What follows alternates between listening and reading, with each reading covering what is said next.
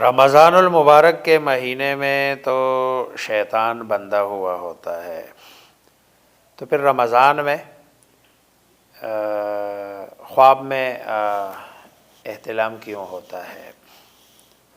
ایک سوال ہے کہ رمضان المبارک میں تو شیطان سارے بندھے ہوئے ہوتے ہیں، پھر یہ احتلام کیوں ہوتا ہے؟ احتلام کے مختلف اسباب ہے،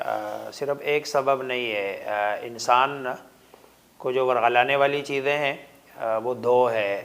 بنیادی طور پر، ایک شیطان ہے، دوسرا انسان کا نفس ہے۔ نفس جیسے قرآن کریم میں اللہ تبارک و تعالیٰ فرماتے ہیں ان النفس لامارۃ بالسوء، کہ برائی پر جو ابھارنے والی چیز ہے نا یہ میرا نفس ہے، اور شیطان سے شاید زیادہ خطرناک ہے یہ انسان کا نفس ہوتا ہے۔ شیطان تو پھر بھی کبھی آگے پیچھے ہو جاتا ہے، کوئی اس کی ڈیوٹی چینج ہوتی ہے، کوئی ادھر ادھر، لیکن یہ نفس بندے کے ساتھ ہر وقت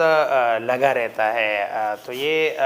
نفس بھی انسان کو ورغلاتا ہے، ورنہ تو پھر رمضان کے مہینے میں اگر شیطان بندھ گیا اور کوئی اور ورغلانے والا نہیں ہے تو پھر تو انسان سارے فرشتے بن جائے۔ پھر یہ رمضان کے مہینے میں قتل ہوتے ہیں، رمضان کے مہینے میں چوریاں ہوتی ہے، رمضان کے مہینے میں ڈاکے ہوتے ہیں،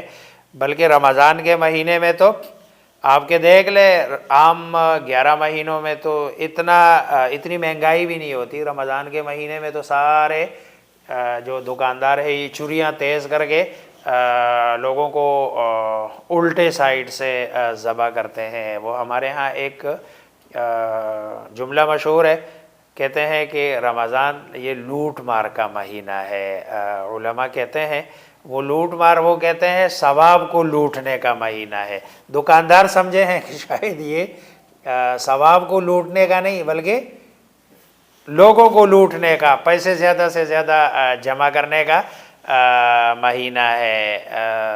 تو یہ شیطان کے ساتھ ساتھ نفس بھی کام کر رہا ہوتا ہے۔ پھر شیطان کی جیسے رمضان کے مہینے میں ہم ایک مہینہ عبادت کر کے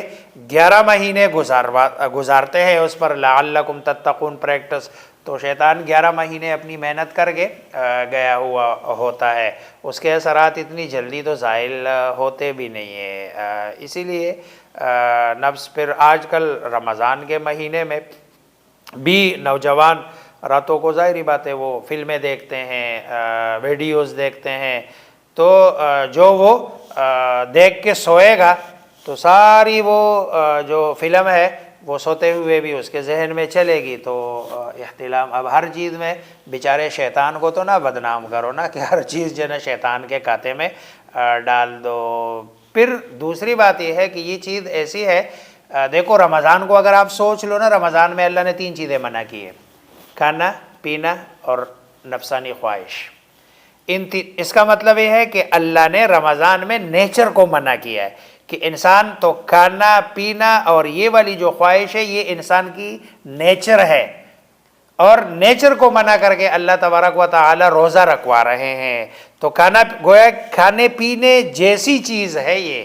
تو یہ انسان کی اپنی نیچر میں بھی ہے۔ آپ ٹینکی میں پانی چھوڑ رہے ہیں، ظاہری بات ہے انسان کے اس میں جسم میں یہ چیز تو آ رہی ہے، اب وہ ٹینکی آپ فل ہو گئی ہے اور پیچھے سے پانی آ رہا ہے اور آگے اس پانی کو نکالنے کا کوئی راستہ اور کوئی ذریعہ نہیں ہے، تو ظاہری بات ہے اوور فلو تو ہوگا، پھر تو وہ خود ہی بہے گا۔ اس لیے بسا اوقات بندے کو شیطان بھی نہیں آتا ہے، نفس بھی نہیں ورغلا رہا ہوتا ہے، سوتے سوتے پتہ بھی نہیں چلتا، اوور فلو ہو کے وہ جو تھوڑا زیادہ پانی ہوتا ہے وہ بہہ جاتا ہے جیسے ٹینکی سے بہتا ہے۔ اس لیے جو ہے نا اس کو شیطان کے کھاتے میں ڈالنا یا شیطان کے بارے میں یہ کہنا کہ بھئی یہ احتلام کیوں ہوتا ہے، تو احتلام کی وجوہات شیطان کے علاوہ اور بھی بہت ساری ہے کہ جو اس مہینے میں باقی رہتی ہے، اس لیے ہوتا ہے۔